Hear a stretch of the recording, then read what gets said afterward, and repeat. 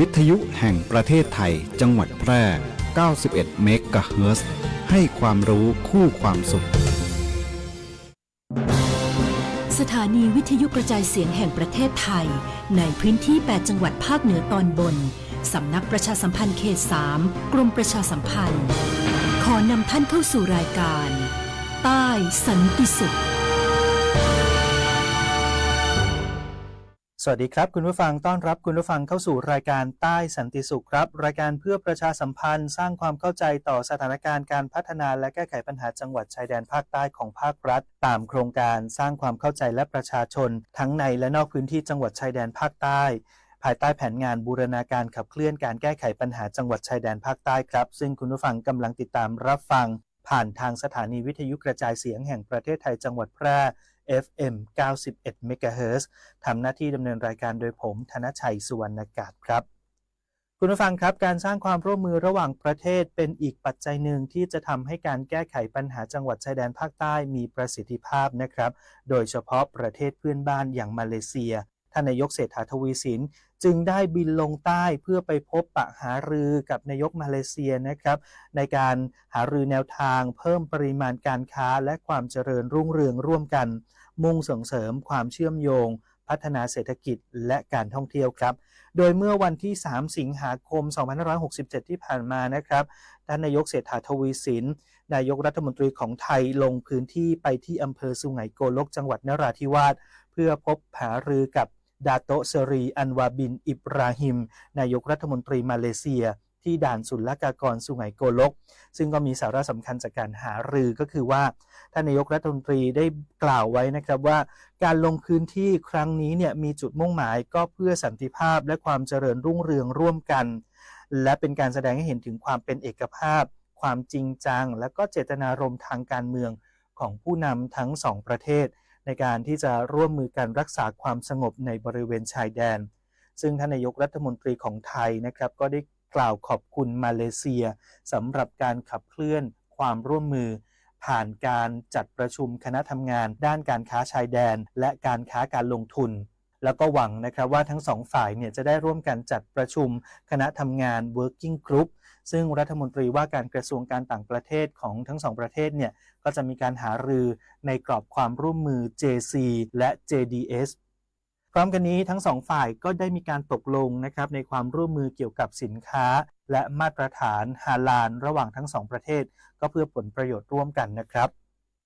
นอกจากนี้ยังได้มีการหารือเพื่อความร่วมมือในการขุดลอกแม่น้ำโกลกที่ตื้นเขินขึ้นทำให้เกิดปัญหาน้ำท่วมครับโดยฝ่ายมาเลเซียเนี่ยก็ได้ขอความช่วยเหลือนะครับในการหารือท่านนายกรัฐมนตรีได้แจ้งว่าจะสั่งการกระทรวงการต่างประเทศจัดประชุมร่วมกับกระทรวงมหาดไทยกระทรวงคมนาคมและกระทรวงเกษตรและสหกรณ์เพื่อพิจารณาความร่วมมือต่อไปในช่วงท้ายของการหารือนายกรัฐมนตรีของทั้งสองประเทศก็ได้มีการรับฟังบรรยายสรุปเกี่ยวกับโครงการก่อสร้างสะพานคู่ขนานสุไหงโกลกก่อนที่จะเดินทางข้ามฝั่งไปยังประเทศมาเลเซียนะครับซึ่งทางนายกรัฐมนตรีมาเลเซียเนี่ยก็ได้เป็นเจ้าภาพในการเลี้ยงอาหารกลางวันและนายกรัฐมนตรีไทยก็ได้กล่าวขอบคุณนายกรัฐมนตรีมาเลเซียสำหรับการต้อนรับที่อบอุ่นก็ถือเป็นเครื่องสะท้อนว่าทั้งสองประเทศเนี่ยมีมิตรภาพอันดีต่อกันแล้วก็แน่นแฟนด้วยนะครับสำหรับสะพานคู่ขนานสุไหงโกลกนั้นก็จะอำนวยความสะดวกให้ประชาชนของทั้งสองประเทศได้เป็นอย่างดีเป็นโอกาสที่ได้หารือกันเรื่องเขตการค้าพิเศษระหว่างกันด้วยนายกรัฐมนตรีไทยเชื่อมั่นนะครับว่าการหารือในครั้งนี้เนี่ยก็จะเป็นโอกาสด้านการค้าการลงทุนระหว่างกันแล้วก็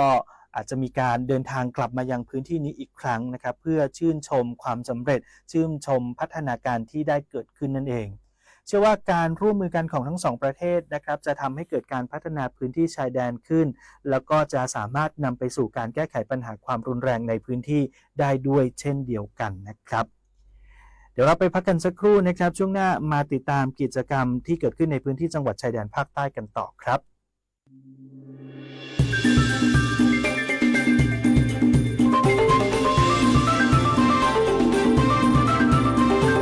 รายการใต้สันติสุข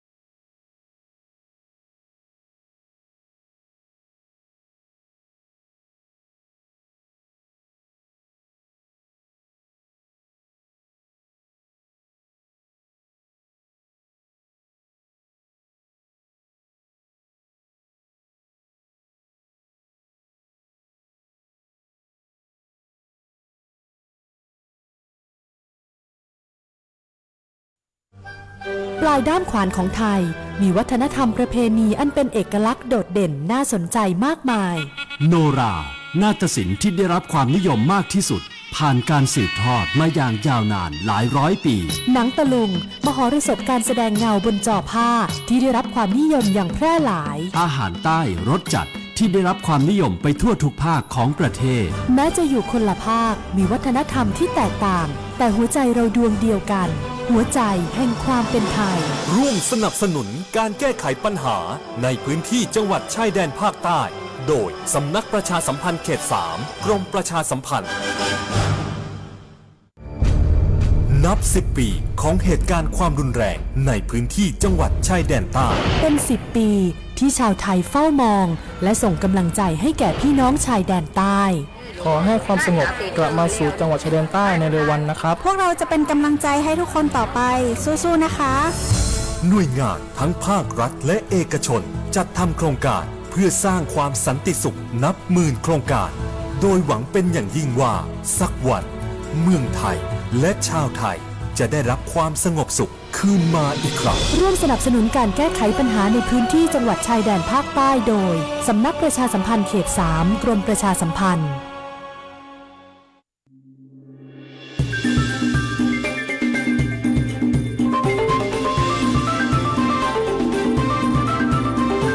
รายการใต้สันติสุข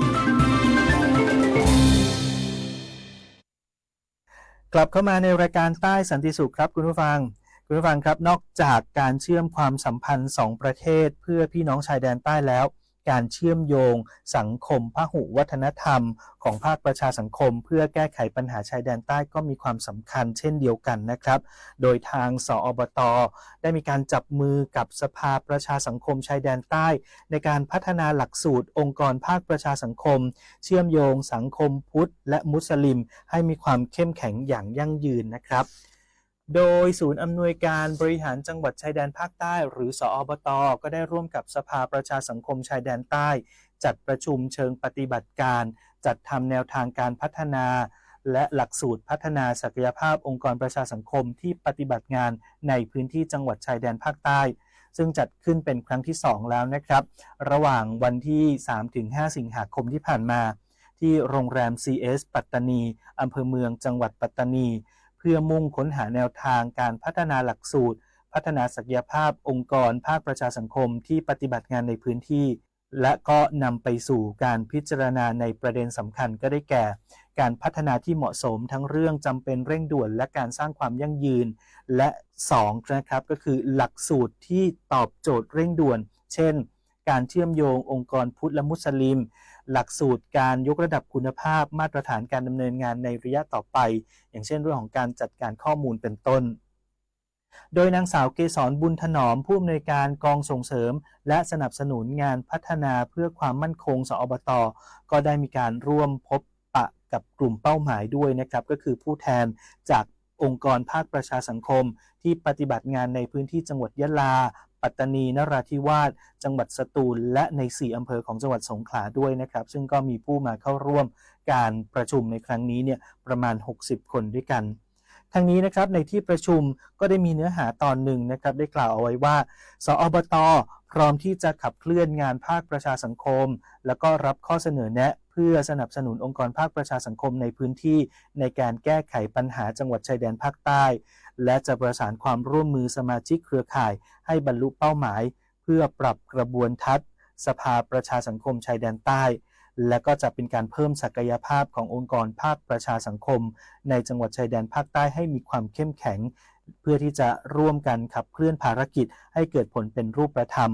ตามแผนส่งเสริมการมีส่วนร่วมของประชาชนทุกภาคส่วนในการแก้ไขปัญหาจังหวัดชายแดนภาคใต้ระยะ4ปีพศ 2567 ถึง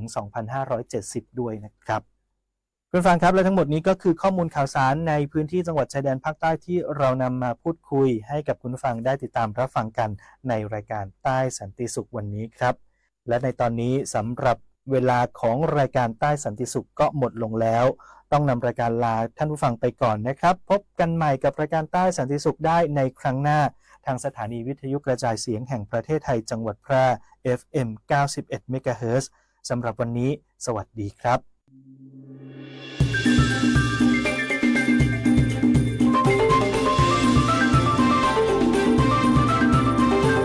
ายการใต้สันติสุข